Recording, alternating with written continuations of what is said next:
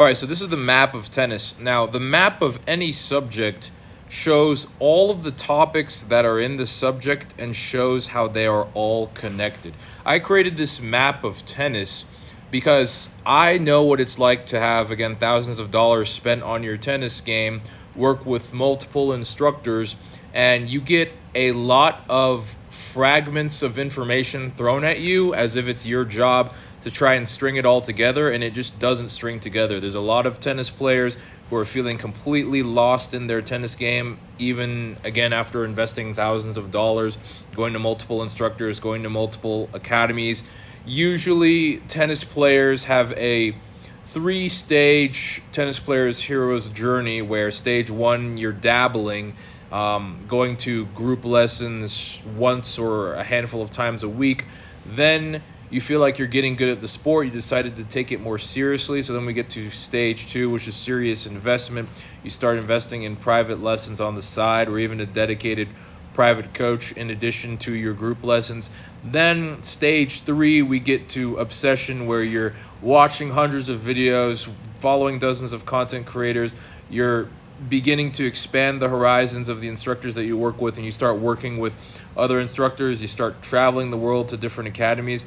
But even then, I've had a lot of clients who've gone through this tennis player's hero's journey, and after all that, they're still burnt out, they're still lost. I've been on the phone with plenty of parents telling me about how their kid is just too frustrated and ready to quit tennis at this point because too many coaches have changed or quote-unquote fixed their forehand, backhand serves, volleys too many times. And at the end of the day, again, not only does it feel like there's just too many fragments of information being thrown at you that don't string together, in addition to the fact that people are saying that they have a model and system, but you never see anything like this revealed.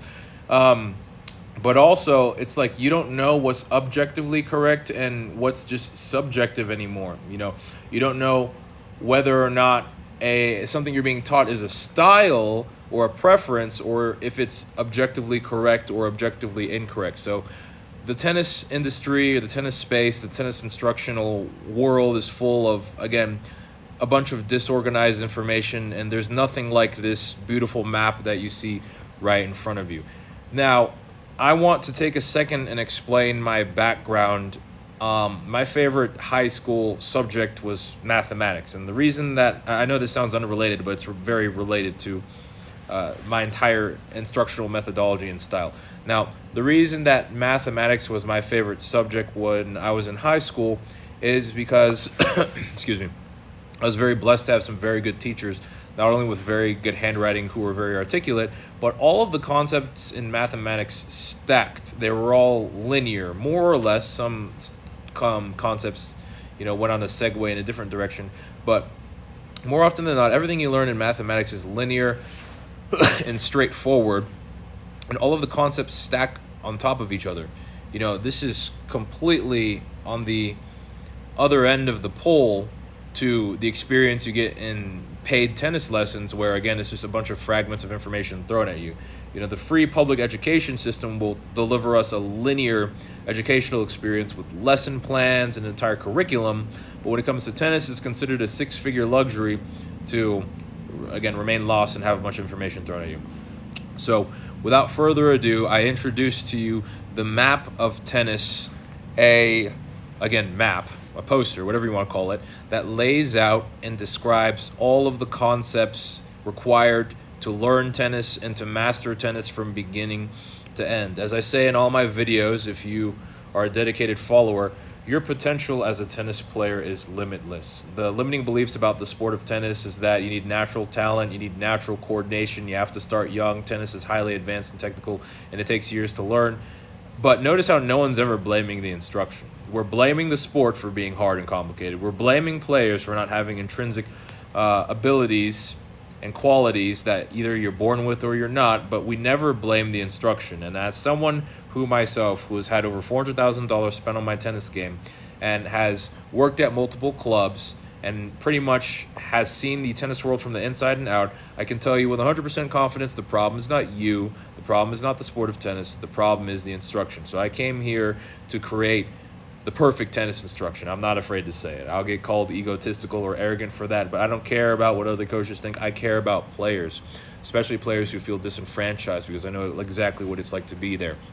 I created this map for those of you who are anywhere on your tennis journey, so you are no longer lost. When you have this free map in your position, you're no longer not a loss, and you know exactly everything you need to know in order to get all the way to the end. And again, going back to what I was saying earlier, where I said that your potential as a tennis player is literally limitless, that's because we're making tennis an object of execution, of procedure, rather than an object of chance. No, the sport is not mindlessly technical or hard, and no, you going to a pro level or getting to college or getting on a high school team or playing recreationally or getting to a 4-0, and none of that stuff is chance. It is all step by step.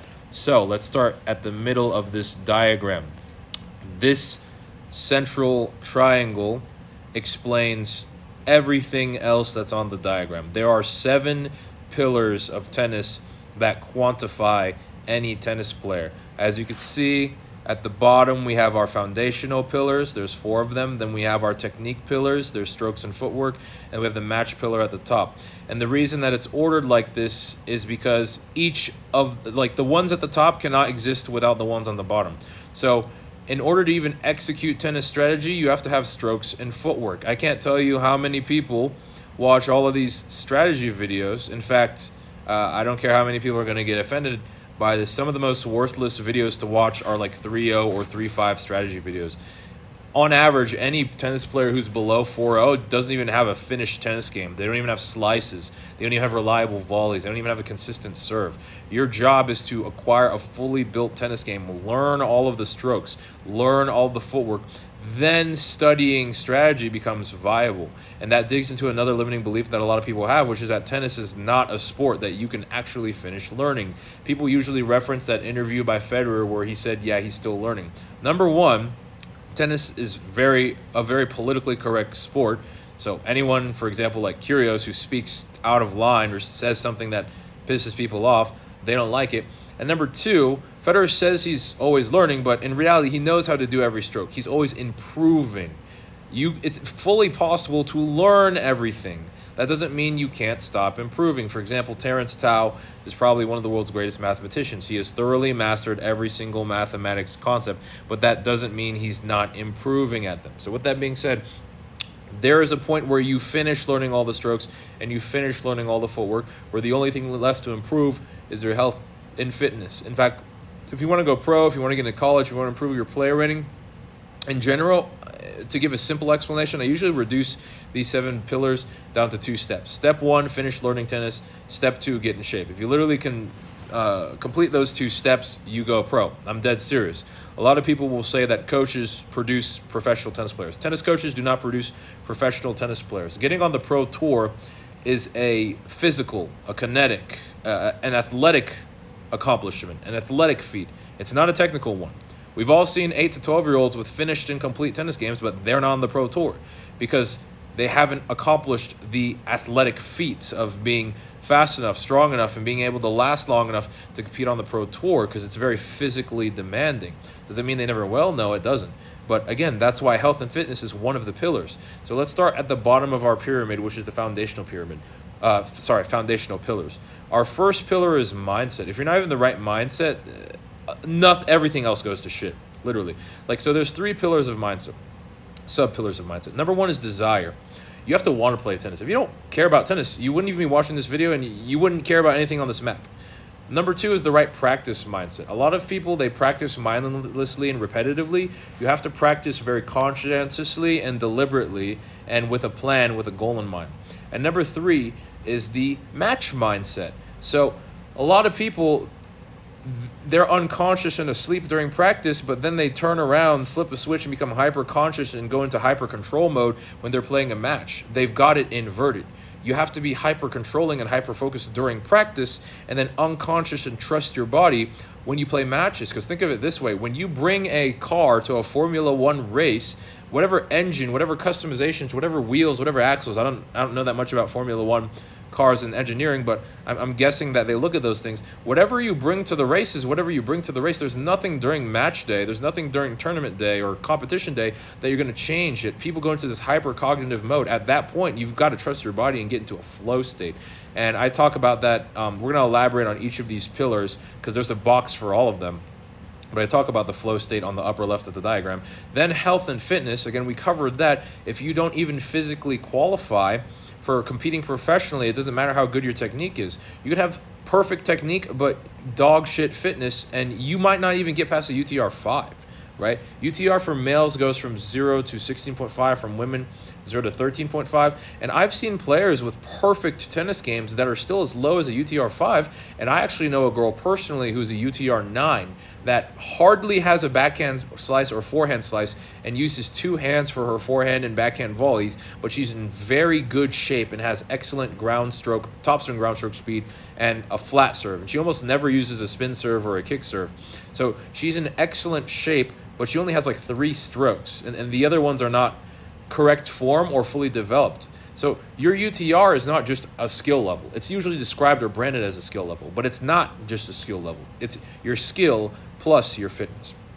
Next pillar, network. You need the right people in your tennis life. You need the right coach, or I should say the right instruction, because I've even had people who I've never coached one-on-one. Like I even had a parent who, they had a child who was really into tennis, and they stumbled upon my Instagram page, and they watched the free videos. They started coaching their kid to successful wins, and the local high school wanted them to be the coach for the season. So I don't even just have players who become successful through my coaching, whether they work with me one-on-one, whether they use my course, or whether they use my free videos, but I also have parents who become successful instructors. Because at the end of the day, one of my biggest missions with my tennis business is to turn as many parents as possible into coaches themselves, because there's no one who cares more about your child than you do. There's 0 coaches in the entire world who care more about your child's success than you do, and if they say that, they're lying. There's a finite, orders of magnitude, finite amount of coaches less than there are parents, and every parent's going to the same handful of coaches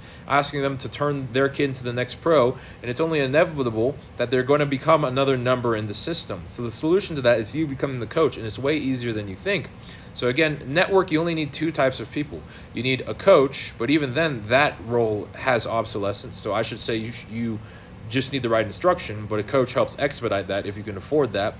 And number 2, you need practice partners. This is what professional tennis players leverage. Most people don't tell you that 90% of professional tennis players don't even have a coach. They had a coach to get them up to that level, but once they're at that level, it makes no sense. There's 0 ROI. Nobody talks about the financial brutal reality of tennis, where not only if you win an entire tournament that the prize money doesn't even cover expenses, but you have to wait 2 to 6 weeks before international taxes settle themselves, and the big money is made by sponsorships. That's where the big money is made in tennis. And of course, if you win higher ATP and WTA events, and of course especially Grand Slam events, where you'll win anywhere between $1.1 to $3.1 million.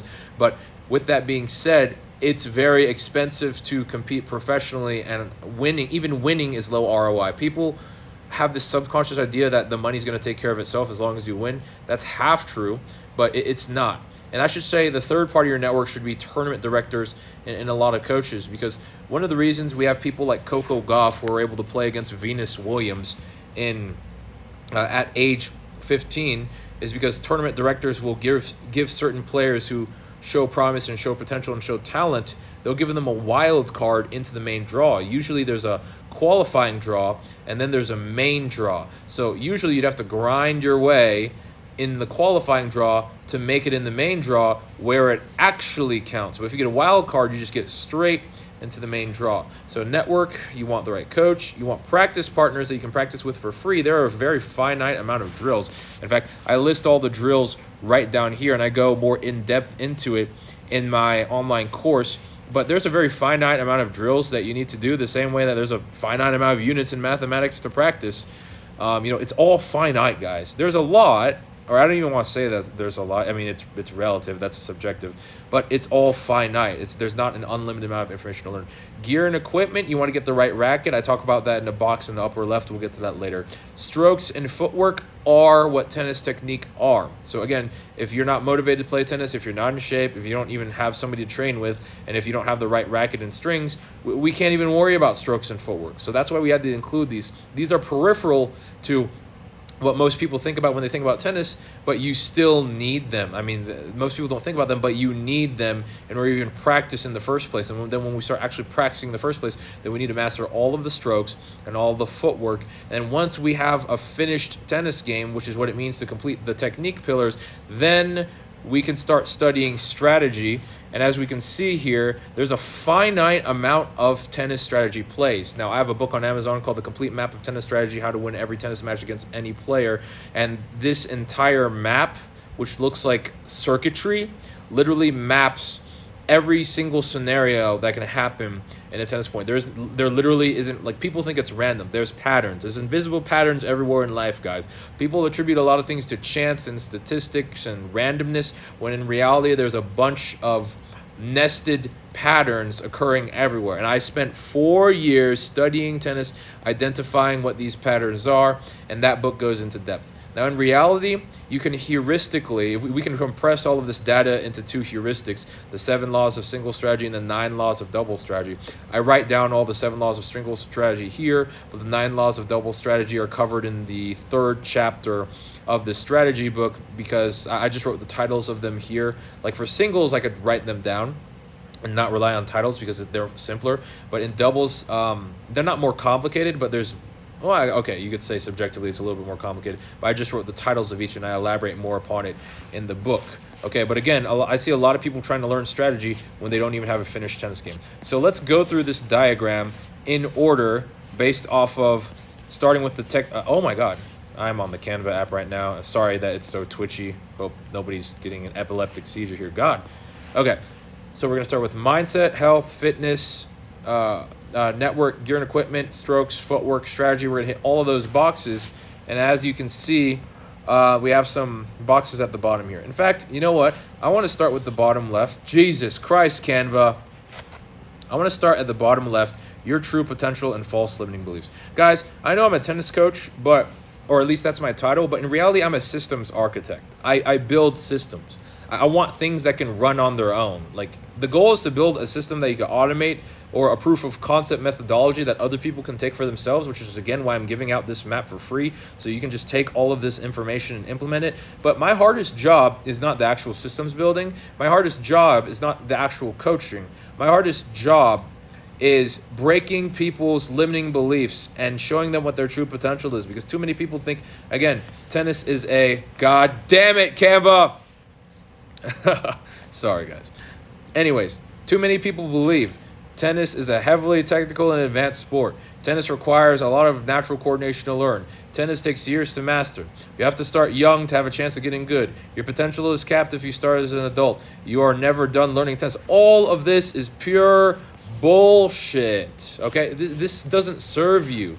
You know who this serves? This serves you being stuck in the same goddamn beginner group lesson that you've been in for the past 2 years, and barely moving up to intermediate, and nobody moving up to the advanced after like 5 years. This serves the tennis industry. This doesn't serve you actualizing your potential. And the word potential always implies chance, but I want you to understand that when I say the word potential, I'm saying it's like a piece of fucking cake that's right in front of you, and you can just grab it or you can choose not to. But all you need to do is take the steps to walk towards it, grab it, and eat the fucking cake, and then you're done.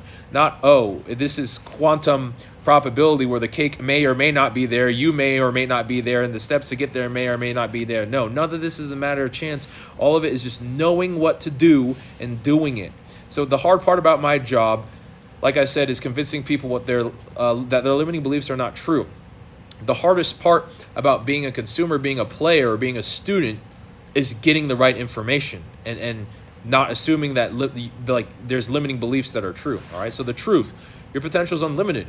There is no low level that you have to stop at, and there is no higher level that you cannot reach. The distance between you and your goals is not made of time or chance, but quantifiable actions that any person can take. The anatomy of every tennis stroke has been mapped. The locational instructions on the court for all tennis stroke footwork has been mapped. Every single possible singles and doubles strategy play has been mapped. Fitness standards for competing professionally have been quantified. The mindset required to reach your greatest potential has been quantified.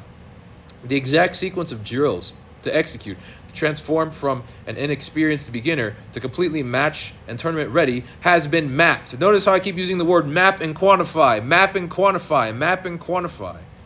There are two terms that I hate. Here's a tip and do it like this. I don't use those words. I don't use words like this. I don't use words, here's a good tip. Very scarcely. I map. I quantify. Nothing else. I just give you the model, guys. I just give you all the answers. There's no reason why you can't just have a straight line string of answers. Especially if you're frustrated with tennis. You've been fucking lost. There's no excuse for that. And then you're 6 to 7 figures in the hole. It doesn't make any sense. Everything in the entire sport of tennis has been mapped and quantified. All that's left is believing in yourself and executing.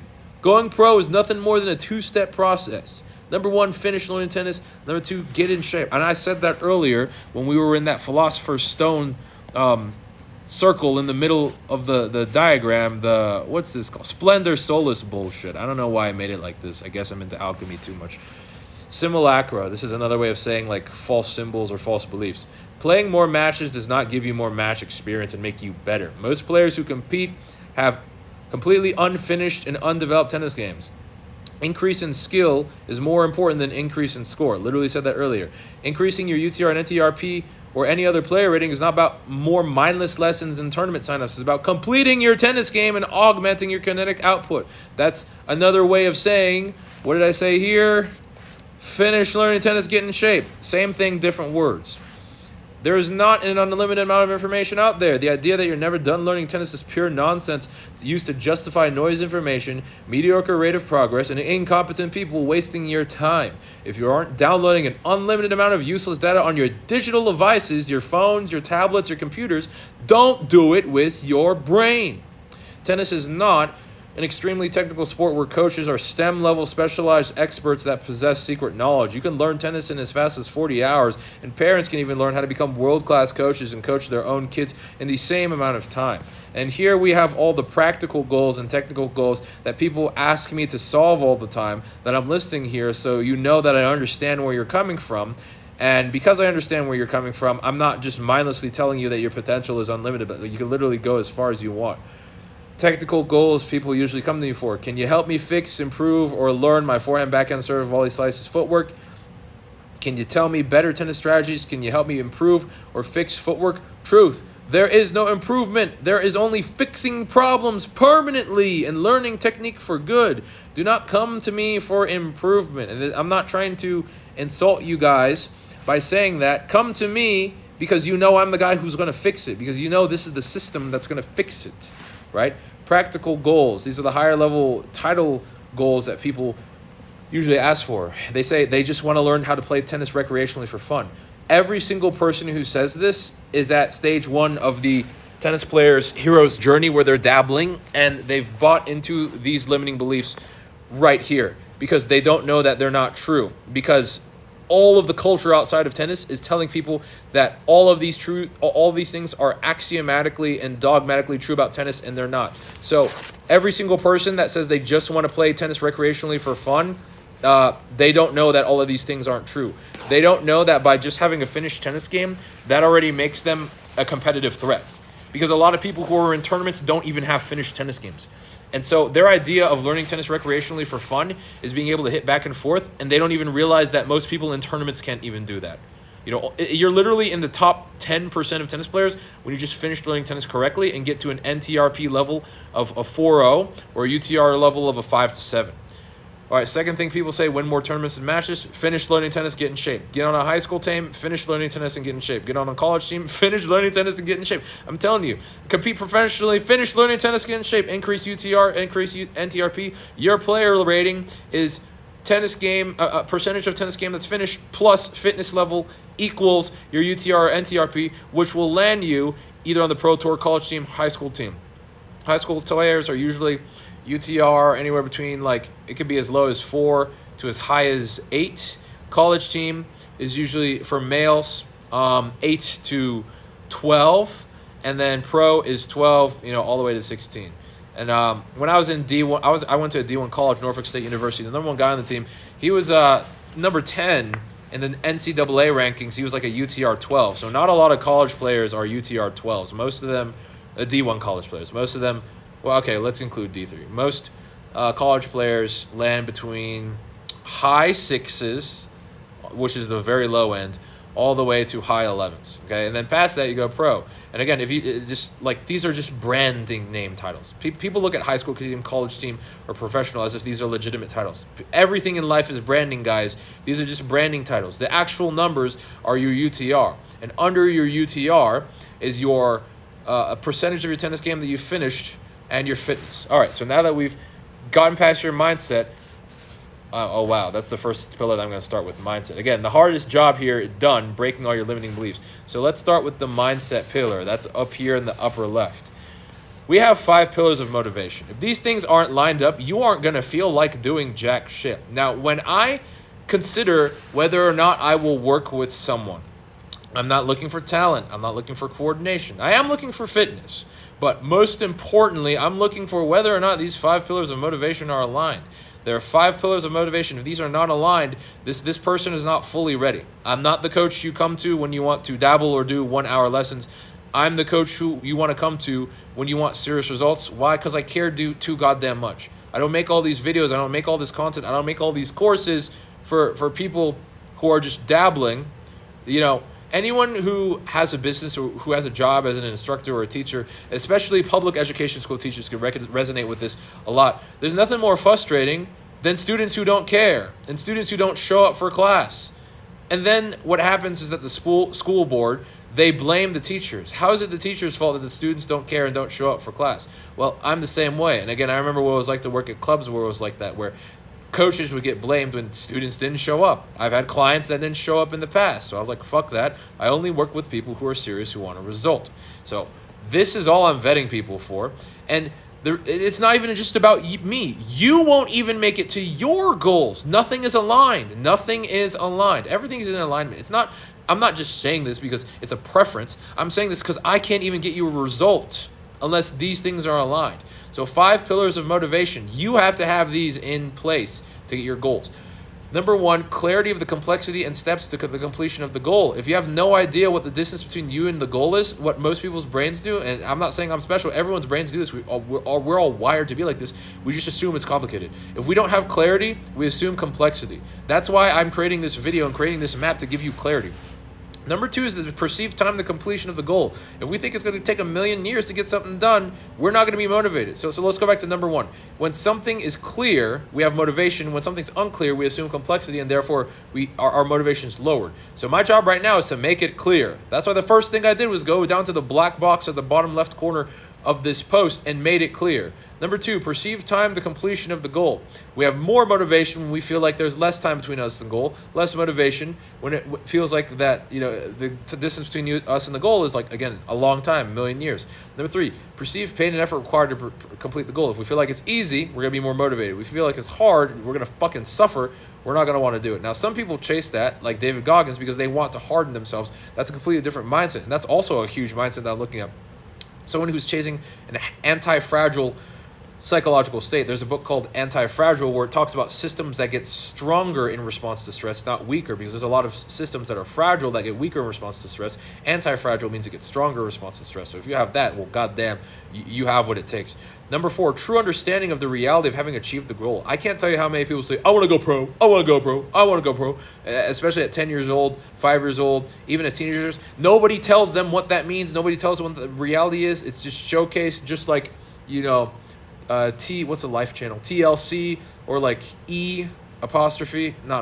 exclamation point. Any of these celebrity TV shows or drama TV shows, they highlight, or even social media itself, that shows you the highlights. It doesn't show you what the reality of it actually is. And so a lot of parents, they don't understand that their kids don't know what it means to go pro, and neither then do they. So parents will come to coach and say, my kid says he wants to go pro. Can you make him go pro? 99% of the time, they don't know what going pro really means. And again, I'm not saying you want to go pro. I'm using pro as an example. Some of you, again, just want to improve your tennis game, win more matches, play recreationally, get to a 4.0, get to a 4.5. And all that's nice, but I'm just using going pro as an example. like nobody, in my experience, a lot of people don't know what the reality of going pro really is. The reality of going pro is tennis is your entire life. And not only that, but you spend more time in the gym than you do on the tennis court, because tennis is player level, or I'm sorry, percentage of tennis game finish plus fitness. I've had clients who are multimillionaires that know Grand Slam champions personally and have dinner with them and tell them that they spend less time playing tennis than they do. Like the Grand Slam champion pro. Like, yes, I know people who know, for example, Zverev personally. Zverev told my client that he spends like 4 hours on tennis and the rest of the time in the gym, and my client spends like 6 hours on tennis every single day. Now, that's cool and all in the beginning, but once you get to a pro level, the gym is your life. You cannot be doing anything else but eating, sleeping, drinking, and thinking tennis. And a lot of people don't know what it means to oversaturate your mind and your life with only the sole focus of one thing. A lot of people are living under this illusion of work life, video game entertainment, hanging out, balance. There's no balance when you decide to become a professional. You're not going to win against someone who's not balancing their life with everything else. You're not going to balance your life with social media addiction, like TV show addiction, anime addiction, video game addiction, hanging out, drinking on the weekends, doing parties, and thinking that you're just going to go through the motions going pro. That's not how it works. And this is exactly how I can tell a dabbler from someone who's serious. So again, true understanding of the reality of having achieved the goal. What does it mean to really go pro? It means you're practicing on the court every single day. You're hitting the gym. You're very strict about your sleep, your diet, your supplementation. Tennis is your entire life. You eat, sleep, and drink and breathe tennis. And what is the financial reality of tennis? Tennis is one of the worst paid professional sports. I'm just going to come out right and say that. Because it's my job to tell you the truth and not fucking lie to you. Because a lot of people will say, oh, maybe you'll go pro. Maybe you'll become a star. Well, guess what? If it's not profitable, it's not worth it. Now, again, some of you guys are just spending money on tennis as a hobby. That's perfectly fine. But if you know that you have the intention of going pro, you need to understand, like I said earlier, the money's not just going to take care of itself. You have to get sponsorships. You have to wait 2 to 6 weeks after the paperwork for international tax is clear before you even make the money. And so all the money's not even yours. Your winnings get taxed, dude. Your winnings get taxed. Furthermore, if you're thinking about playing professional tennis but you're in college, you can't keep any of the money that you make that doesn't cover the bare essentials like food, transportation, and hotel. Otherwise, you are considered ineligible for competing NCAA college tennis. Yes, that is a thing. And it doesn't make sense. If it was about the skill level, they wouldn't care about the money, but they only care about the money. So if you want to play college tennis and play pro, you can't do both while accepting professional money. You can only play pro and not accept the money. That means that if you're in college and you won the U.S. Open, which usually affords about $3 million, you would have to forfeit all of that except the amount that you needed to cover your logistical expenses. Again, food, hotel, and transportation. So if your food, hotel, and transportation was like $5,000 and you just won $3 million, you'd have to forfeit whatever $3 million minus 500 is, which should be, I can't do that math in my head right now, but that's literally what it means. So I'm telling you what it really is. And then number 5, this is the most important. And I don't see anybody who talks about mindset talk about neurochemistry, flow state, mind-body connection, and some other stuff I couldn't fit on this box, like brain regions and Jungian masculine and feminine archetypes. Nobody talks about that stuff. They just throw a fucking motivational book out there and positive affirmations and anecdotes and stories and think that if you just keep repeating thoughts in your head that it's going to transform your nervous system.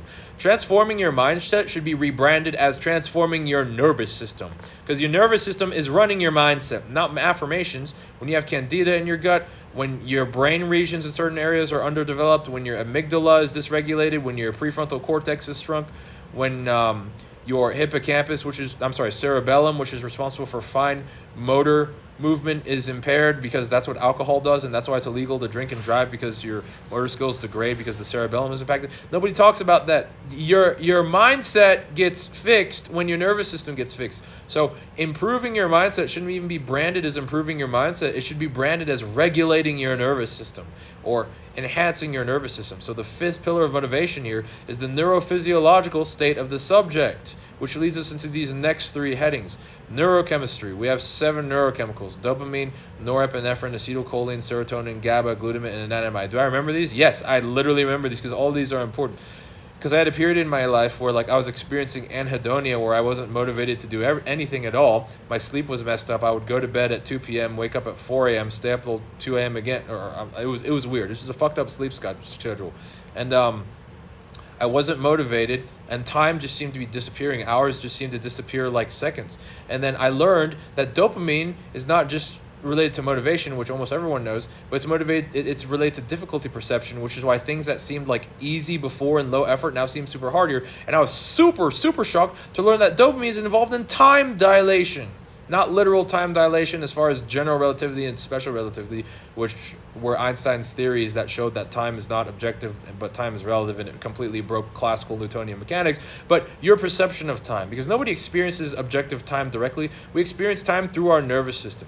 The reason why for adults time seems to be passing by faster is because most adults' dopamine baseline lowers over time. When your dopamine is low, time feels like seconds are passing. That's also why you hear the saying all the time flies when you're having fun, because when you're having fun, you're using up dopamine, and then dopamine gets lowered, and then that's why that time seems to be passing by really fast. But when you're in pain, seems to feel like forever, because time doesn't feel good. Pain doesn't feel good. Pain doesn't give you dopamine. Anything that gives you dopamine causes you to experience a dilation in time, especially a flow state where time seems to slow down and you get super productive. Now, norepinephrine is urgency and task prioritization. Now, evolutionarily speaking, this is the thing that got you to pay attention to predators, but in modern society, norepinephrine is the thing that governs what you think is urgent. So, for example, a lot of people's norepinephrine is skewed towards checking their phone, checking their texts, checking their social media, checking their emails. All of these things are distractions. Norepinephrine needs to be reserved and conserved. I also want to say dopamine needs to be conserved. All of these need to be conserved and regulated, or else you are fucked. You're a zombie. People who don't have this regulated are not only zombies, but can foresee or experience a radical shift in personality. The client that I'm training right now, one of his friends was prescribed antidepressant medication, SSRI, and it fucked up his serotonin. It turned him to a violent person who was doing illegal things, not taking showers, staying in hotel rooms, and not leaving. And just like criminal activity, threatening his family with violence. Serotonin, emotional stability and mood regulation. So the SSRIs fucked up his serotonin. He became a completely different person. All right, so the serotonin needs to be regulated. Acetylcholine's focus and memory. So one of the things that caffeine and also nicotine does is it boosts acetylcholine, which is why you get a shit ton of focus and a manufactured flow state in the beginning, but then it drifts away. This is why there's that stereotype of dudes smoking cigarettes to help them focus and relax. So I'm not saying you should do nicotine at all, but acetylcholine, you support that through exercise and cold baths, right? Serotonin, 90% plus of the serotonin in your body is produced by your gut biome, so you need to fix your gut. If your gut is fucked up, that could be one of the reasons that you have mood swings, especially if you have candida. Now, GABA is an inhibitory neurochemical. That means it gets you to relax, right? That's why GABA is usually paired with melatonin and sleep supplements. But the problem is that a lot of GABA supplements don't actually cross the blood-brain barrier that well. So it's really more of kind of like a gimmick, or I should say, like just it's not really bioavailable. So there are certain herbs that increase GABA. For example, there's something called jujube seeds, or I know the voice to text is going to fuck this up a lot when I say the Chinese name of it, but it's called Ziziphi spinosae. Ziziphi spinosae. Ziziphi spinosae. Look that up on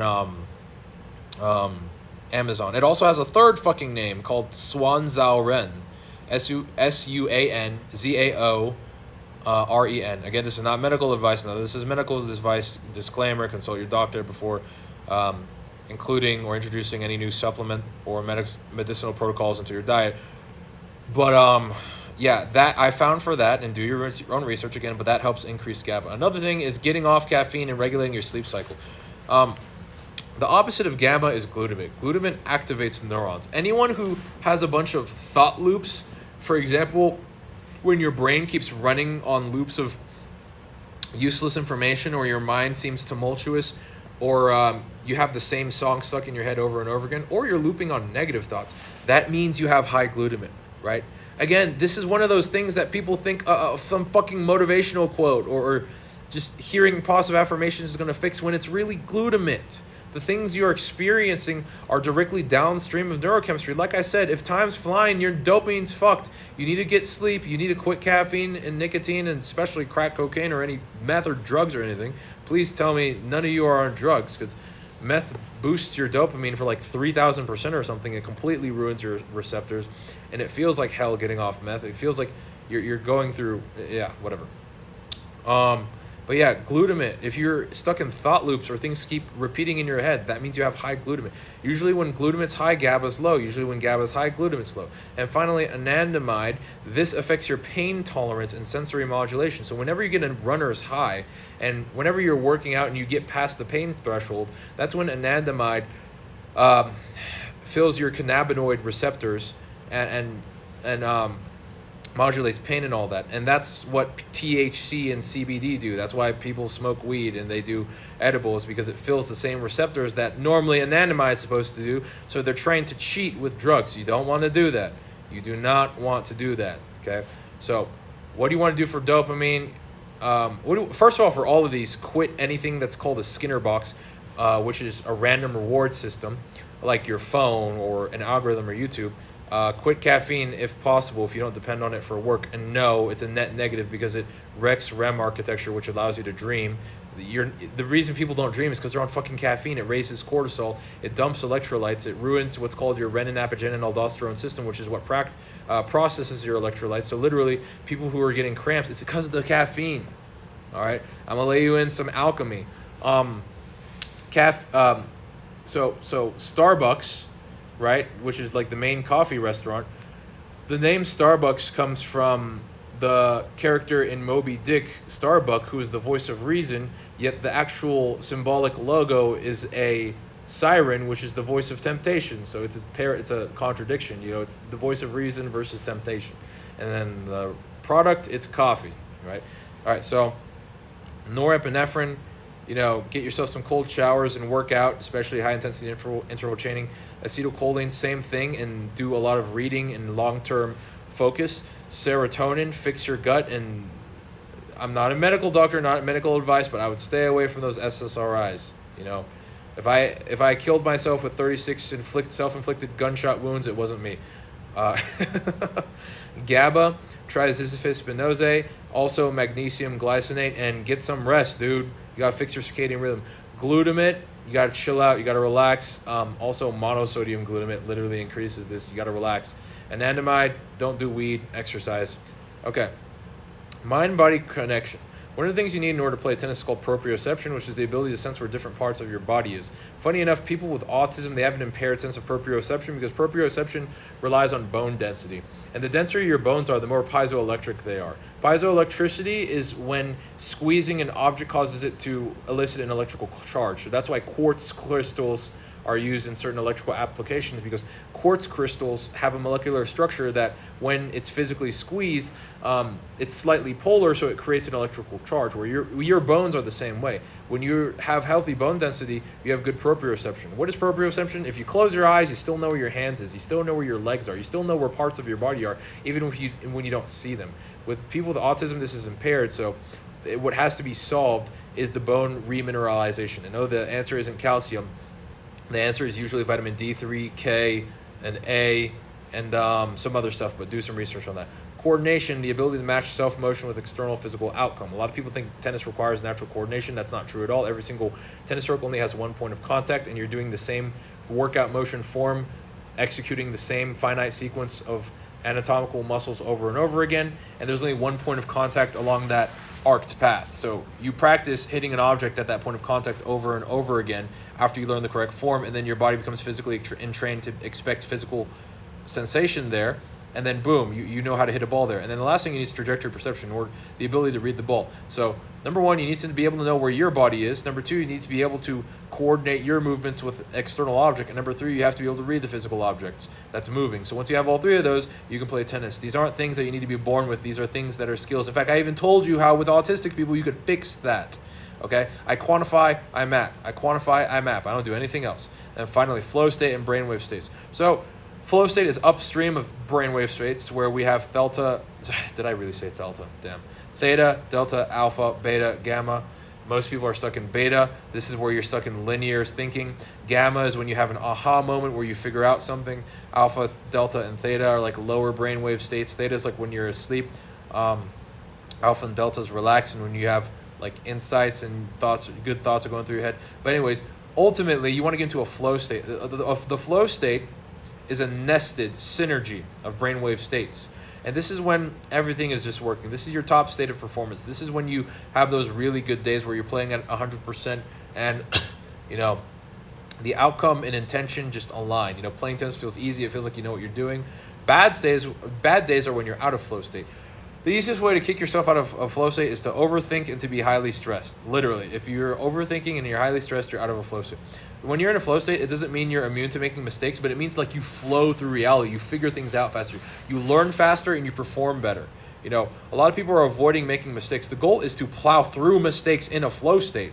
You're always going to make mistakes. That's just the reality. But plow through reality in a flow state. If I don't tell you anything else at all in the rest of this one giant 4K poster, it's literally just to tell you plow through life in a flow state. If you do that, I'm telling you, literally right now, this is not even a joke. Life will take care of itself.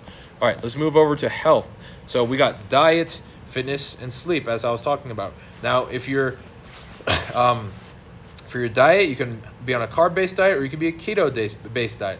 Carb-based diet optimizes for glycolysis, carb load with healthy starches like potato for dinner or hours in advance of athletic performance. Keto diet optimizes for lipolysis for longer-term endurance and reducing insulinogenic load. Ketones are optimal brain fuel and are a stable, non-oscillatory fuel source. Anyone saying that carbs are the brain's preferred fuel source is operating on old, outdated science. The brain runs far better on ketones. Carbs inescapably cause oxidative stress on the body, which is why a lot of fruit in nature naturally comes with antioxidants. That's why your damn strawberries come with antioxidants. That's why your damn honey comes with antioxidants. That's why your damn blueberries comes with antioxidants. You know what doesn't come with antioxidants? Refined sugars, stripped of all their nutrients, taken away from their natural sources.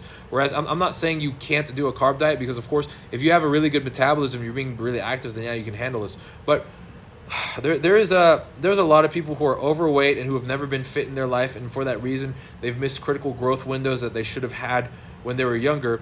And for that reason, the pancreas secretes insulin using beta cells, and beta cells are a set of cells that do not regenerate once they die, and the easiest way to kill them is to be very, very sedentary and eat a bunch of processed sugars. And just a lot of our kids are just eating all of that junk, and not only are they in bad shape and in poor energy, but their ability to even process carbohydrates is getting nuked. So this only works if you're like very, very athletic.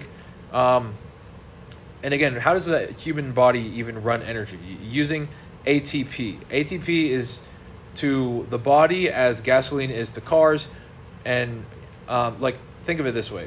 Crude oil gets turned to gasoline, which then cars can burn. Carbs and fats get turned into ATP, which the body can then burn. So carbohydrates, that's what glycolysis is. Glycolysis is when carbohydrates get turned into ATP, but you only get 2 ATP per glycolysis reaction, but the pro is that it's faster. The con is that you get less.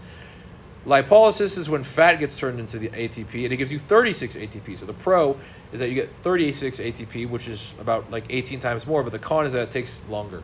Now, yeah, that's it. So another thing is that a lot of people say they tried keto, but they were only on the keto diet for 1 month, and they weren't avoiding high protein, especially too much whey protein, which gets you out of keto. They weren't avoiding maltodextrin, which gets you out of keto. They weren't avoiding modified food starch, autolyzed yeast extract,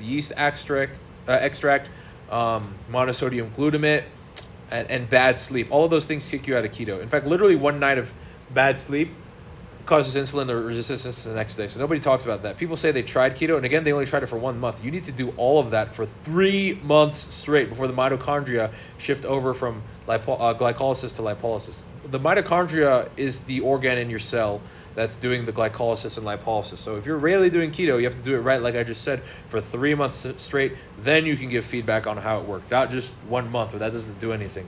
Also, a lot of people, they experience like more energy and a hard time falling asleep. That's because higher erection gives you more energy. All right, but again, choose what works for you. All right, so now let's talk about electrolytes. A lot of people don't talk about getting the right amount of electrolytes. The 2 most important electrolytes are potassium, which is K, and sodium. Ancient human beings in the Paleolithic era used to run 8 miles to 12 miles every single day and get 7,000 milligrams to 12,000 milligrams of potassium every single day. That's because our topsoil used to be 12 to 15 inches thick, and full of nutrients, but now because of the agricultural revolution, our topsoil is now like 2 to 3 inches thick and stripped of nutrients. Even if you eat organic, that's not enough. Even if you eat clean, that's not enough. Our food is so fucking dead compared to back then, and everyone thinks that just because they're consuming some nicely branded thing at a nice net restaurant that they're getting all the nutrients they need. You're not. You need a minimum of 4,700 milligrams of potassium and 2,350 milligrams of sodium daily. Great sources are salmon, spinach, kale, asparagus, and potatoes. And again, I said minimum. I also said, again, Paleolithic humans were getting 7 grams to 12 grams, which is 7,000 to 12,000 milligrams of potassium. And you want to have it about a 2-to-1 ratio, so that would be about 3,500 to 6,000 milligrams of sodium. Now, a lot of people are like, oh, that's high sodium. I'm going to have high blood pressure. The reason that high sodium causes high blood pressure is, number one, because of insulin resistance and diabetes, and number two, because of not enough potassium. That is why. The studies showing that high sodium causes high blood pressure have been debunked. Those are conditionally true, again, when there isn't enough potassium, and especially amplified in people who have insulin resistance and diabetes, okay? That's when high sodium gets you high blood pressure. So we have a whole generation of people who've been tricked into thinking that if they eat salt, they're going to get a heart attack. Meanwhile, they're wondering why they're passing out in the heat or in athletic activities. You need salt to operate. The reason you need sodium, potassium, and that these are the most important electrolytes for the body is because the way that your body moves nutrients around is by creating electrochemical gradients at the molecular level using sodium potassium through what are called sodium potassium pumps. We learned this in AP Bio, which is Biology 101, Introduction to Biology in a college course. So every single nutritionist and every single doctor knows this, but nobody pushes it enough for some reason. Okay, and this is the minimum that you need. RDA suggested. So again, salmon, spinach, kale, asparagus, potatoes are top potassium sources. And finally, there are more things you can do to increase ATP production. Supplement with creatine, D-ribose, methylene blue, beta-hydroxybutyrate salts, which is what BHB is, caprylic acid, which is C8-MCT oil, CoQ10, PQQ. I actually don't know what the fuck that stands for, even though I know what the previous ones stand for. And if you take all of these, boom, you optimize ATP production. So when I fucking say anyone could go pro, it's because I know what they need to do with their diet. And I know what they need to do with their fitness. You have to be able to hit ground strokes at 50 to 60 miles per hour. Because nobody fucking talks about this shit. Holy shit, man. Nobody fucking talks about it. I know I'm crashing out right now. It's because people don't know this shit. Like, oh, it's only chance you go pro. No, pros optimize their fucking diet. The average person doesn't. But now that you know this, you can't unsee it. All right. Fitness connects standards for performance. Must be able to hit ground strokes at 50 to 60 miles per hour, volleys and slices at 20 to 40 miles per hour, and serves at 100 to 120 miles per hour to compete professionally. Use colostrum, epicatechin, vitamin D2, K, and A. This is the shit I talk about with the autism. Anyways, to recover faster and increase muscle growth. Focus on anaerobic cardio, isometric exercises targeting the correct muscle groups, joint rehabilitation work, and stretches. Why anaerobic cardio? That's fucking self-explanatory. Tennis is a high-intensity interval training workout. Why isometric exercises? And isometric exercises hold one muscle in place and build something called tonic muscularity, which is a muscle that's always active. Not all muscles are always active. So, for example, for really ripped people, that means they have high muscle mass. That doesn't mean a lot of those muscles are tonic. Just like we have brown fat and like visceral fat and different types of fat, we have different types of muscles. So, for example, muscles around your lower back and neck are tonic because those always have to be stable, because if your neck muscles ever went flaccid, you might crank your neck at a bad angle and you just kill yourself. So, oh man, I'm crazy. Anyways, you need tonic muscularity. That's an example of tonic muscles, and you don't want that. You don't want to not have tonic muscles. So that's what's responsible. I also should have included something else called plyometrics, which is when you activate a muscle really, really fast. This is what Bruce Lee did. This increases motor neuron density, which is your ability to recruit force in a short amount of time, which allows you to have impulsive movements. If you ever looked at the Bruce Lee interview with that one guy where he was demonstrating very fast martial arts, that's because Bruce Lee optimizes for fast twitch muscle fiber density. So we're not trying to optimize for strength alone. Strength training is good. We want to optimize for tonic muscularity and high density of fast twitch muscle fibers. And then, of course, joint rehabilitation work. What does that mean? Rehabilitation is making certain areas that are naturally weak stronger, that are prone to injury. So, for example, the ankles and wrists. Those are the most important, and then of course, the elbows as well, and the shoulders. But for example, Dominic Thiem, I believe, rolled his ankle during Roland Garros, and he's done. He's done. You're investing in not getting injured. That's what rehabilitation work is, and so is stretching to increase your range of motion. And then sleep, neurogenesis, and emotional regulation. Nobody knows that sleep does this. A lot of people who have a big ego, who you can't get through to them, who it feels like they're stuck, and no matter how much proof, evidence, logic, and rationality you throw at them, it just seems like they're too far gone. In reality, they just haven't processed traumas and emotions because they're getting poor sleep. So it's a double bind. It's a double negative. It's a negative spiral where they haven't processed their emotions. They get more stressed. Their sleep is worse. It just keeps spiraling back and forth. So you need to sleep so you can process emotions. You don't get stuck in a cortisol state. And what happens when you're in a cortisol state? You never get in a flow state. Okay.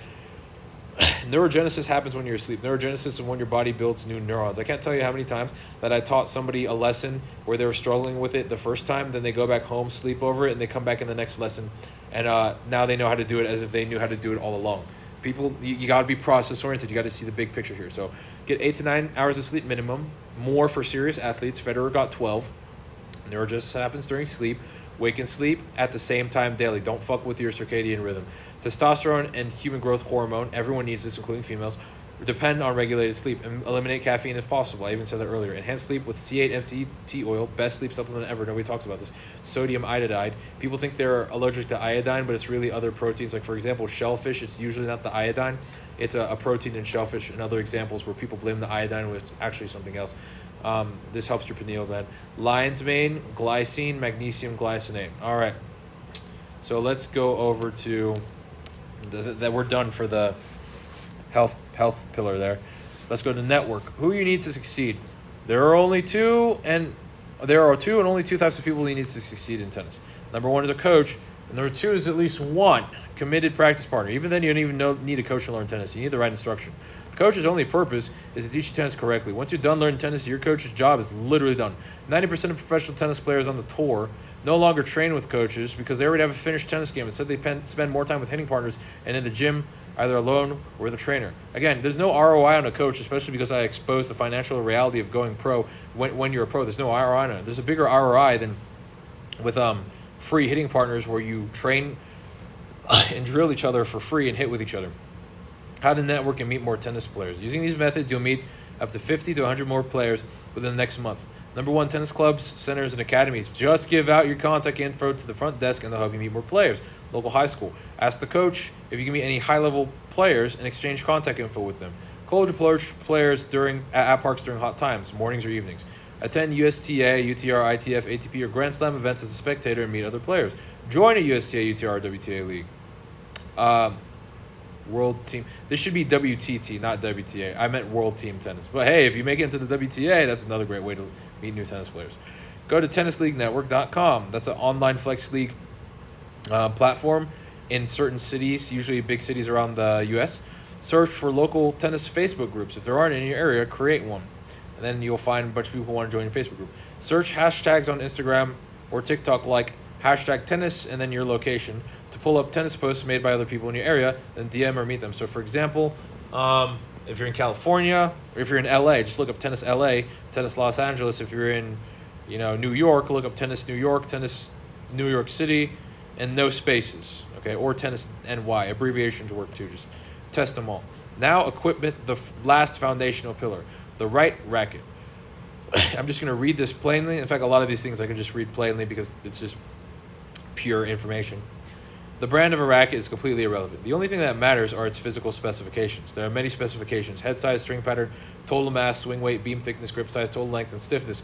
Only one specification matters: stiffness. Stiffness drove rackets from being made out of wood to now being made out of graphite. Stiffness dictates the control, power, stability, and off-center forgiveness of a racket. Only rackets 68 RA or above are worth purchasing. Also purchase from ProStockTennis.com to get Pro Stock rackets because consumer-grade rackets have an 80% product quality. When it comes to rackets, brand and novelty are irrelevant. Physical performance is all that matters. Most new technology is a gimmick. Until product quality increases and a stiffer material than graphite is invented, any technology being marketed is a facade. The right strings. The only strings worth getting are polyester and Kevlar. Polyester produces the greatest power and spin out of all string categories. Kevlar produces the greatest control, feel, and tension maintenance out of all string categories. Other strings, synthetic gut, multifilament, and natural gut, are marketed as being quote-unquote comfortable and having great feel. In reality, these latter categories actually offer comfort only when hitting softly. When you hit hard, they stiffen and feel terrible on the arm. So again, like synthetic gut, multifilament, natural gut, if you're a tapper, they feel great. But as soon as you try and crank the ball, they feel terrible. Terrible. Most equipment marketed as comfortable assumes the player is not a hard hitter. In the end, every string will cause discomfort in tennis elbow, and tennis elbow will always self-alleviate with rest. Guys, there's too much fear-mongering around tennis elbow. When you go to the gym, your muscles get sore. When you play tennis, tennis is not natural like going to the gym. What happens is that tennis attacks the ligaments in the joints, and so your ligaments get sore. I've never needed surgery. No one I've known who had an aching arm never needed surgery. Just rest and eat well, and it goes away by itself. Even active recovery, getting back out there and doing some light stuff, active recovery. But like anyone who's needed surgery for tennis elbow is a statistical outlier, and more likely than not, that's not going to be you. What is the right string tension? The correct string tension for any racket is a range defined by racket stiffness divided by 1.25 plus or minus 4. This is because proper string tension is relative to racket stiffness. We want the strings to be in the same flexibility range as the literal flexibility of the racket itself. So how does this equation work? Let's say the stiffness of the racket is 70. Let me grab my calculator here. Where's my phone? Okay. So I'm going to grab my calculator here. Let's say the stiffness rating is 70. 70 divided by 1.25 is 56. Now, this symbol here is plus or minus 4. Yeah, okay, whatever. So what's 56 minus 4? 56 minus 4 is 52. 56 plus 4 is 60. So we have a range of 52 to 60. That's how this formula works. You take the stiffness, you divide it by 1.25, you subtract 4 to get a lower end, you add 4 to get an upper end, and the number you get here originally is the middle number. So 52 is the low end, 56 is the mid end, and 60 is the high end. Ignore what's printed on the racket. They literally just mindlessly print it.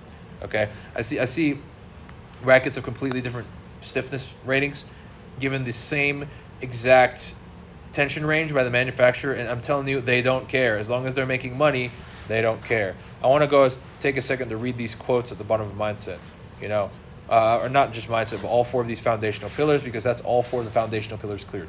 Mindset, as within, so without, the Emerald Tablet. Health, dreams are the guiding words of the soul. Carl Jung, love Carl Jung stuff, but I said that because of sleep, and I can't tell you guys how important sleep is. Network, your network is your net worth. Porter Gale. Equipment, you pick the one right tool. Anton Chigurh from the movie No Country for Old Men. Yes, fictional character. Now, as you can... God damn it, Canva! Canva, you better relax. I gotta go slow. I can't go fast. Okay. We've covered mindset, fitness, network, gear, equipment. Now it's time for strokes and footwork, which are on the left and right... which are on the left and right side. So we're going to start with strokes. Okay? So there are 3 steps to every single stroke. Step 1, ready position. Step 2, take back / preparation. I use those terms interchangeably. And step 3, the swing. Now we have different categories of strokes. We have topspin ground strokes. We have volleys. We have slice ground strokes. And we have the serve. So for the topspin ground strokes, we have the topspin forehand. We have the topspin backhand, either one-handed or two-handed. For volleys, you have the forehand volley and the backhand volley. Slice ground strokes, forehand slice, backhand slice. Volleys are just short slices. Slices are just long volleys. Then we have the serve. Now we have different versions of every single stroke. So for the topspin forehand, we have 6 versions that I teach in my practice, but these just actually objectively cover everything. I'm telling you, these are the objective variations of every single stroke. And I was talking with another coach on the phone, and they were like, no, there's an infinite amount of versions of every single strokes. And it's like, no. And I said, no, there's both. Just like the electromagnetic spectrum, we have red, orange, yellow, green, blue, indigo, violet, but there's still an infinite amount of colors in between. So yes, there are both a finite amount of stroke categories and infinite variations in between. So we have 6 versions of the forehand: low brush, high brush, low flat, high flat, whip, jump. And again, I teach all of this in my course as well that you can find on the homepage. One-handed topspin, backhand, low brush, high brush, low flat, high flat, chip, and jump. Same versions for the two-handed backhand. Forehand volley, we have medium, low, and high. Backhand volley, we have medium, low, and high. Then we have the overhead. Then we have contingency volleys that I also call special volleys in the course. Nobody talks about these, but these are just special volleys that you see pros use when the ball gets too close or when they prepare for the forehand side, when it's coming to the backhand side. These won't make sense to you because you don't know what they are. I also explain these in my course. Crossbody backhand, parry backhand, reverse half open backhand, pocket forehand, reverse forehand, overhead forehand. Then we have forehand slice, high and low, backhand slice, high and low, and then we have serve. I should have pressed the enter key there so it would form its own bullet. We have flat, spin, and kick. Now, a lot of people say, oh, what about the slice serve? The slice serve is the spin serve, but it gets misnamed a lot because slice means underspin, and there's no serve where you're applying underspin. And I made a video on this, and a lot of other instructors thought it was controversial. But the issue is I literally see a lot of 3-0 and 3-5 players who are putting underspin on their serves because it's called a slice spin, and every other stroke in tennis that's called a slice puts underspin on the ball. So they think you're supposed to put underspin on the serve when you're not. So it should be called a spin serve, not a slice serve. So flat, spin, kick. And if you're actually practicing a slice serve where you're putting underhand spin on the ball, that's a problem. Do not do that. That's a waste of your time. Then lastly, anatomy. Like I said, every single stroke is defined by anatomy. For topspin forehand, when the arm is in the elevated position and then you pull the racket down, you activate the right lats. Then when you start pulling your racket up and following through, you activate the front right deltoid, upper right chest, rotator cuff, and bicep. When you fold your arm sideways, you're activating the bicep. People think of a bicep curl traditionally as the workout. Even if you're folding your arm sideways, you're activating the bicep. One-handed backhand, I'm just going to read these off because I have videos that explain these. Left center deltoid, left latissimus dorsi, right center deltoid, right rear deltoid. Two-handed backhand, left front deltoid, left upper chest, left bicep, rear right deltoid. Forehand volley / slice because they're the same. Again, rear right deltoid, front right deltoid, upper right chest. Backhand volley / slice, left center deltoid, right tricep, which is conditional. Why do I say that? Oh, yeah, because some volleys, it's conditional for the volleys. Some volleys you don't fully extend. Right deltoid, and then optional rotator cuff, because if you rotate the rotator cuff, you get side spin on the backhand volley and slice, so it's optional. If you want side spin, rotate the rotator cuff. If you don't want side spin, don't rotate it. Then serve, right rotator cuff, right bicep. How is the right bicep involved? When you go into the back scratcher position where your racket's pointed down, you are bending your elbow tighter. When you bend your elbow tighter, what do you activate the bicep? Right chest, right tricep, and abdominals. Abs? What do you mean abs? You're supposed to bow into your serve at the end. Okay, I talk about that in a lot of my serve videos. So that's the strokes pillar covered. And let's move over to finally footwork. Like I said, footwork is completely mapped. Now there's 3 steps for footwork: approach, stance, and recovery / reapproach. Now why is it called recovery / reapproach? Because if you move forward, you might recover back. If you move sideways, you always recover as close to the center as possible. But if you move forwards, you can either recover back or reapproach. Okay, so if you hit a good approach shot, you can reapproach for the volley. That's why step 3 can be either recovery or reapproach. Now, the map of tennis footwork.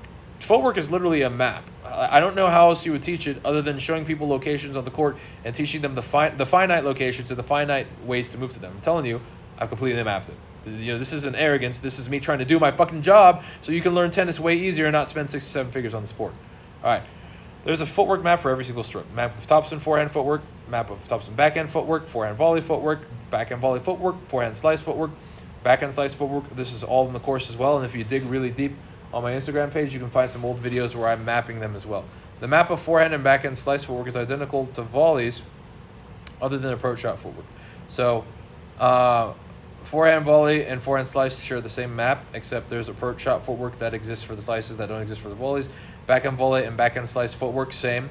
Everything's the same except for there's approach shot footwork that doesn't exist for the backhand volley that exists for the backhand slice. The compass drill, under the drill sequence from beginner to match ready, trains footwork for each footwork map. So we're going to get to that near the end where it says compass drill here. This shows you the exact order of drills that you need to do to go from beginner to match ready. Boom. Like I said, I want you guys to have a finished tennis game so you can play in matches. I don't want you guys I don't want to be like, oh, well, you got to finish learning tennis first before you can play in a match. Number one, yeah, you can play in matches. Like some of my students, they play in matches and they're not fully developed yet, but it motivates them. Like one of my students won 2 tournaments in a row, and he's highly motivated to win. Like even if it doesn't motivate them positively, some of them it can motivate them negatively, and they can, or at least they can get inspired by other tennis players, and they can see that how good other tennis players are and aspire to get to that level. You know, I think it's something like you always want to do something that's 4% harder than where you are. That's kind of the allostatic load that you're looking for to keep someone motivated. You don't want to crush someone outright, and you don't want something to be too hard, but you always want like 4% above every single day. Hold on, let me check on something real quick. Give me 2 seconds. All right, we're good. Okay. But yeah, that's what the compass drill does. And then finally, hip anatomy. Hip adductor, this is the anatomy of footwork. So what muscles do you use moving forwards, backwards, left, and right? Hip adductors is what you use to move forwards, left and right and change direction. So when you're galloping, doing karaoke, you are using the hip adductors. I have a burp that's coming up. Hold up. I do not want to stop recording. Give me 2 seconds. Sorry, I just had dinner. Had some Kobe beef. All right, front hip flexors is forward movement. Glutes, backwards movement. Quads is the weight hold because you're always slightly squatting. Hamstrings are for deceleration. Calves, stabilize your stance, okay? But hamstrings, you always activate those anytime you bend your legs anyways, just like you always activate your biceps anytime you fold your elbows. All right, so we just covered, and again, all this is gonna be in the course. This is a map. This isn't my course itself. But this shows you everything you need to learn. Once you learn all that, you're done learning footwork. Okay, so you learn all the strokes and footwork together, by the way. Now that we have finished covering strokes and footwork, now it's time to cover strategy. So we covered the foundational pillars. We covered the technique pillars. Now you have everything. You have everything. Now you can study strategy. So again, like, oh, Canva, chill out. Chill the fuck out. All right, ooh, social media tags. Yeah, go ahead and follow me. Well, a lot of you probably already do. All right, so when it comes to strategy, again, we have this long-ass circuitry of a flow chart. We can condense that into the 7 laws of single strategy and the 9 laws of double strategy. But let's just read this off here. Number 1, the complete map of tennis strategy. The decision flow chart, the decision tree, flow chart to the left, encodes a mapping of every single possible event that can occur in a single sport. It is elaborated upon in my book, The Complete Map of Tennis Strategy, How to Win Every Tennis Match Against Any Tennis Player, available on Amazon. It is based on 3 fundamental strategies: neutral, offensive, and defensive strategy. It's important to understand that studying strategy and trying to implement plays is completely useless for any player who has not finished learning tennis. Like I said, strategy only works for players who have a complete tennis game. I want you guys to understand, like literally, when I say neutral, offensive, and defensive, this is literally all that's going on in a tennis match. Neutral is staying in the point. Offensive is trying to end the point. Defensive is trying to save the point when someone's trying to end it on you. There's literally nothing else going on in a tennis point except these 3 things. So N is neutral. O is offensive. D is defensive. There are 3 different types of offensive strategies. Offensive strategy 1 is ground stroke, approach shot. Also, offensive strategy 2 is ground stroke, approach shot, volley. Offensive strategy 3 is ground stroke, volley. So, or serve and volley, where we go straight to volley. F means you failed. E, it means the end of the point. Usually the failure of an offensive strategy leads to a neutral strategy. Usually the success of a defensive strategy leads to a neutral strategy, because the defensive strategies, by the way, are responses to all of the offensive strategies. So that's why it looks so mirrored. If an offensive strategy failed, it's because a defensive strategy succeeded, or they just outright missed. That's why all of these have F lines leading straight to end. You can miss the shot at any point, literally. Like, you can miss the shot in neutral. You can miss the shot trying to execute any of these offensive strategies. You can miss the shot for no reason executing any of these defensive strategies. And furthermore, failure of some offensive strategies leads to having to execute a defensive strategy, and succeeding at some defensive strategies leads you to being able to execute an offensive strategy. I'll give you an example. When you have an opponent who's at the net, your defensive job is to lob them. Their offensive job is to end the point with a volley or drop shot. If they fail to do that and you succeed in hitting a lob, what happens is they get pushed back to the baseline and you can close the net. So now you literally flipped, okay? So for example, 0-3 failure leads to D3. That's literally what it is. When somebody's at the net, you lob them, they have to go to the baseline, and you can take that time that they're spending running back to the baseline to close the net. So that's an example. All right. But all those plays are revealed in the book. These 7 laws of single strategy and 9 laws of double strategy are a compression of all of the things that are happening in this map. No one remembers all of these. Actually, I don't want to underestimate you guys. It took me like 4 years to I'm not gonna underestimate anyone. Like, some of you guys are really fucking dedicated, like beyond measure. No, you can legitimately remember all these if you put in all the effort. But what happens, you don't want to here's what I mean to say. You don't want to think about this map when you're on the court. You'll just know what to do in the moment and why. Okay? It's going to be stored in your subconscious. You'll know what to do. You'll know that for when somebody hits a short ball, that you need to hit a certain type of approach shot and where to put it. Anyways, the 7 laws of single strategy. Number 1, always serve at the body or as far from the returner as possible. Number 2, always return as deep as possible. Number 3, always hit sharper or deeper than your opponent. Number 4, only go down the line when the court's completely open. Number 5, it's always safe to hit deep and hard to the center of the court. Number 6, God, 5, 5, 5. Oh, that's weird. I should have numbered it correctly. Number 6, if you're volleying, stand between the thirds of the court relative to the third of the court where the opponent is. And number 7, if your opponent is at the net on one edge of the court, hit sharp cross court. Otherwise, if they're in the center, hit past the forehand side or lob them. 9 laws of double strategy. These won't make sense to you because they're just names. The roles of the front and the back player. The 2/3 rule of doubles court coverage. Returning the serve in the hot seat. How to properly deal with lobs. Advanced opportunities. Who leads communication and when to switch sides. How to influence the opponent's return. The middle boundary law and unpoachable returns. Perfect poaches that are 99% guaranteed to be successful. Doubles laws are elaborated on in the strategy book. All right. So we covered everything. Now it's time to cover the drill sequence from beginner to match ready. And the last thing we'll talk about is what's going on in the industry, why it's so corrupt, why you spend thousands of dollars on tennis, and remain lost. Okay? So let's read some 2 quotes here. Simplicity is the ultimate form of sophistication, Leonardo da Vinci. And everything must be made as simple as possible, not simpler, Albert Einstein. And nothing rests, everything moves, everything vibrates, the Kybalion. Okay, so this is the drill sequence. Again, none of these will make sense unless you take my course, which has diagrams and shows all of these. But this is just the list of it right here. Okay, so I want you guys to know that there's like an actual order here. All right, and if you train with me one-on-one in person or take my course, again, those are the 2 ways to learn everything that's going on here.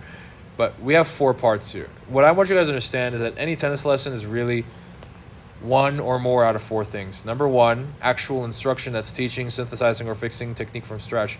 Number 2, drills that actually improve or train or sharpen a stroke or strokes. Number 3, rallying. And number 4, match play. And as I'll expose later, there's a lot of quote-unquote coaches who are really just only really good at rallying and only really good at being a practice partner and charging you for it, but can't really run drills or do instruction, or if they're running drills, they don't know what developmental drills you actually need. Okay? They don't actually know how to teach technique. That's because a lot of developed tennis players, as I'll show you later, they've had a lot of money spent on their tennis game and worked with multiple coaches, but they don't even remember what worked or what didn't. What happens is that the autonomic nervous system optimizes for figuring out how to correctly play tennis. I'm telling you, that's literally my exact journey. I don't remember who taught me how to slice. In fact, nobody taught me how to slice. I literally fucking figured it out. Right? But the day I figured it out, I don't remember. The day I figured out how to hit flatter forehands, and I don't remember. Like, there's a lot of stuff that I figured out, and then there's a lot of stuff that I don't remember when or who taught me, but just one day it just showed up and it was there. That's literally how most players' tennis games are. But I don't want you to, like, who has time for that? Nobody has time for that. So, anyways, I'm not going to go through these drills per se, because, again, you wouldn't know what I was talking about.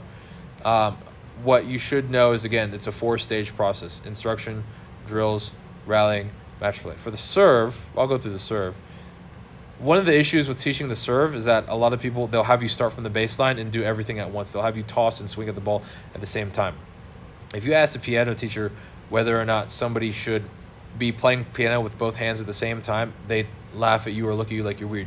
You have to learn one arm at a time. The serve's the only stroke that you toss to yourself other than feeding balls out of a basket, which you don't really do unless you're a coach or a college-level player starting a rally.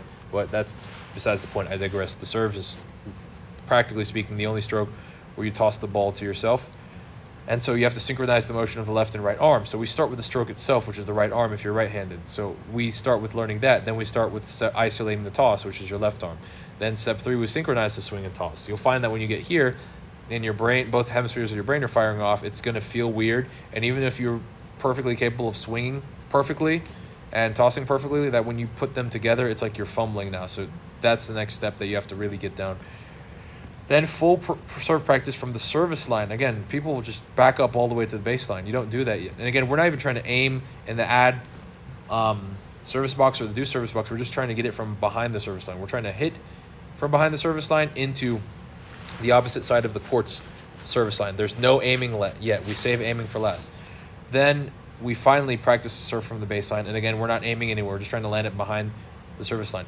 Then we do something called the alley drill, where you go to the alley and practice your serves. This helps you straighten out your serve. What happens here is you learn how to hit a serve in the same direction over and over again with the same stance. Then that's what leads us to number 7, aim your serve, deuce, or ad, because in order to aim your serve at that point, all you have to do is change your stance, okay? And then learn the other serves, spin and kick, and repeat 1 through 7 again. Then you add a jump to your serve all the way at the end. And you save that for the end. A lot of people think jumping is fundamental to serving. Jumping is not fundamental to serving. They think this because they see pros serving, and everyone thinks they need to copy the pros. You don't copy everything that the pros do. There are certain things you have to build up to, right? I don't call anything advanced technique at all, because nothing's advanced. That doesn't mean that there's not an order that you need to learn things. You need to learn how to serve on the ground before you start jumping on the serve. That's pretty much it. And then one of the things that I'm scaling when I'm feeding as a coach is I'll go from ball toss with my hand to ball feeding from the same side of the court to ball feeding from the opposite side of the court. Why do I do this? To increase trajectory perception. Oh my God, Canva. To increase trajectory perception. Just like you're slowly increasing the heat on a frog so you get to boil it and it doesn't jump out of the pan. You slowly increase the distance between you and the player when you're giving them balls to augment and train their trajectory perception. That's literally how you do it. Again, I don't make this shit up when I say you don't need natural talent or coordination or tennis is technical or any of that. And then the second thing that we scale here is number 1, you can give shots to players on the fall, and number 2, you give it to them on the rise. Now, I will tell you here, you give players shots on the fall for part 1 and part 2, and then right before you start rallying, that's when you start introducing on the rise shots, because most players, they back up too much and they don't realize that they have to hit shots on the rise and that there's no quality footwork in the world that will prevent you from having to hit shots on the rise that have to hit that have to be hit on the rise. On the rise means hitting it right after it bounces. On the fall means hitting it after it bounces and then falls down. High-level players hit almost everything on the rise, right? So this is the linear drill sequence from beginner to match ready. And funny enough, we go into depth into this in my course all the way at the end of the course, because this course doesn't just teach you how to play tennis, but it teaches you how to coach tennis, right? So the course, again, is available on the homepage. All right, that leads us to our grand conclusion, which is exposing what's going on in the tennis industry and how parasitic it really is, okay? Because like I'm not just making this because I'm passionate as a tennis instructor. I'm extremely frustrated. Extremely frustrated with what's going on in the industry. Extremely frustrated with tennis players being blamed and with the sport being blamed and players never being blamed. As we can see at the bottom here, it's difficult to get a man to understand something when his salary depends on understanding it. So let's start with the problem with tennis. The problem with tennis is that tennis is a high investment sport with a high failure rate and low success rate due to the inherent technical, not due to the, I must start over because I don't want to mess that up. Tennis is a high investment sport with a high failure rate and low success rate, not due to the inherent technical complexity of the sport or lack of talent, latent talent and coordination in players, but because of extremely poor instruction and misleading credential and reputation branding and advertising. So we're going to get into that. The mainstream coaching game, chasing a reputation. God damn it, Canva. Chasing a reputation to falsely advertise expertise. The title of top coach or expert is often rewarded to instructors who have a reputation of being affiliated with successful players who made it to national, collegiate, or professional levels. These players are then advertised as signals of the instructor's standard operating capacity, as if they can generate these results on demand. In reality, man, my throat's going to try reading all this. In reality, these players are less than 1% statistical outliers who have often had excessive financial investment, high 67 figures, and were shaped by 5 to 10 coaches, not just one.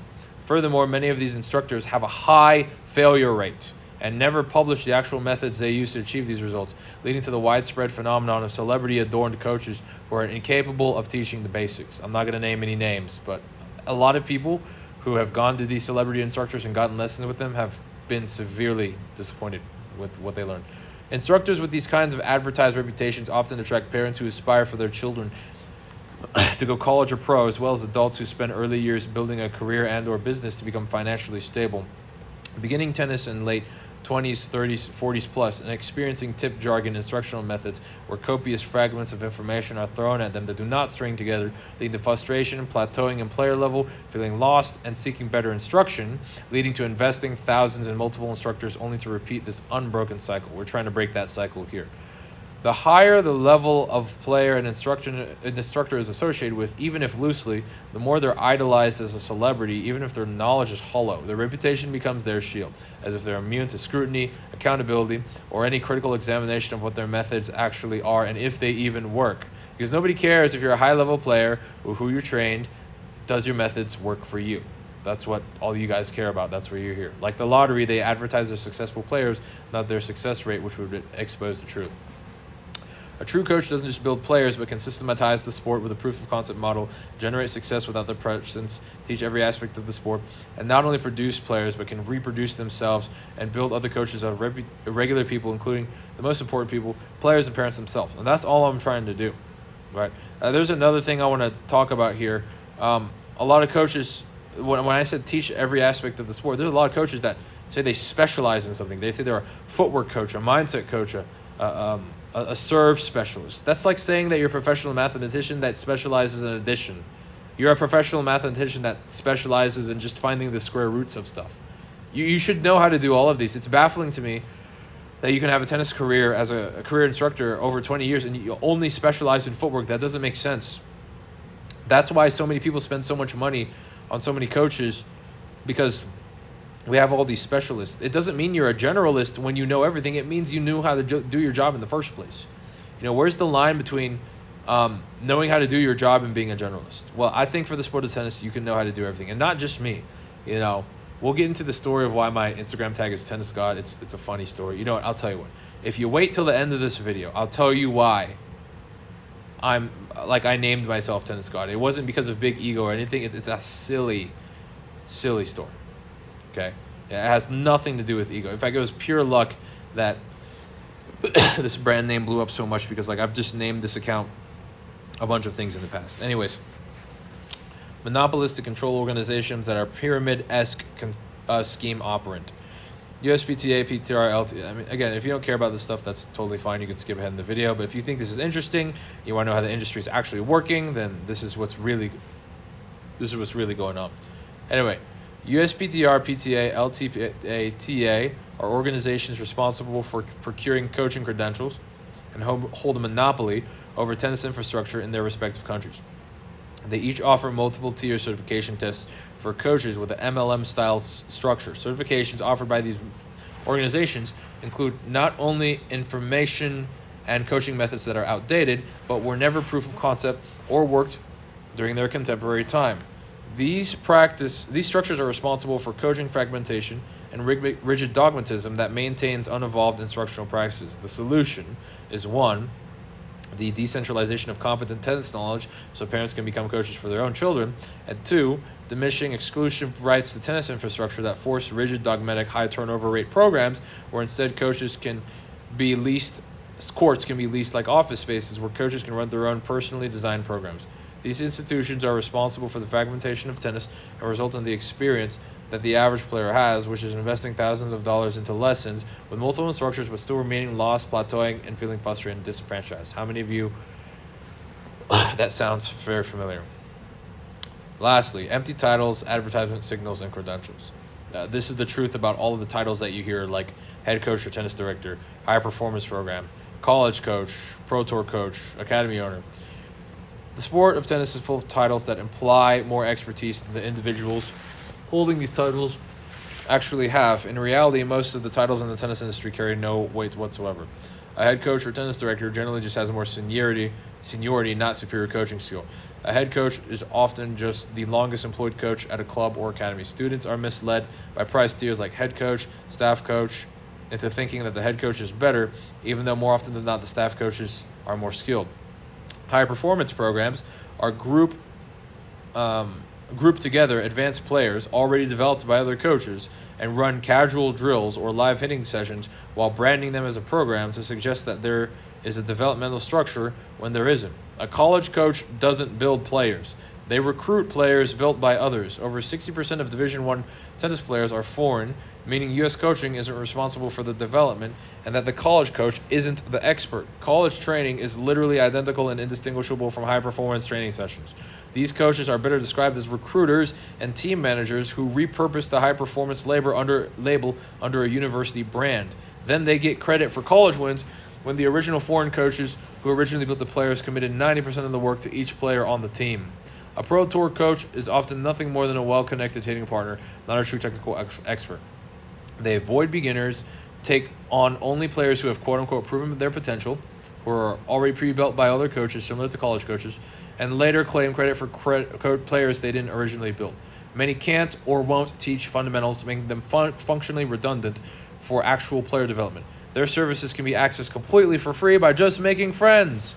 What does that connect us to? The network. Oh, God, Canva, stop twitching. All right, let's go back down.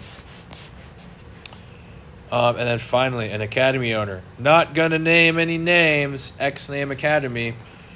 An academy owner is not necessarily a tennis expert, but more often a wealthy investor that purchases land, erects an academy, staffs 5 to 40 coaches that do all the work to produce players, and then takes credit for producing players through their academy, giving them a false reputation for being competent instructors. So, anyways, that's the whole expose of what's going on in the tennis industry, and that's the entire map of tennis. Just covered it for you. Feel free to watch this video anytime, but that's what the map you just downloaded is. Now, I told you guys at the end of this video I would explain why I named my account Tennis God. Oh God, this is a bit of an embarrassing story.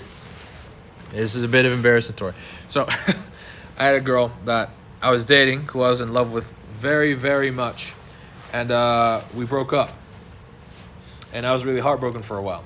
So then I started studying relationships and dating. And then I went through a couple of relationship and dating seminars. Let me take a quick sip of water because my throat's running dry here. Then I met a guy. Let's just call him James because his last name is James. And he was like a 27-year-old six-figure entrepreneur who had 3 properties and multiple successful businesses. And he had a successful business called Personal Brand God.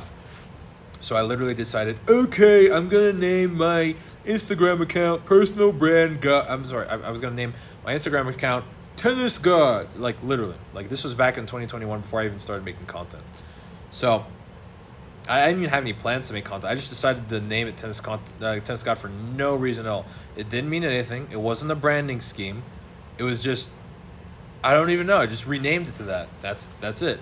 So when I started making content, my social media blew up, and I just couldn't rip off the brand. So that's the real story behind why my account name is tennis.god.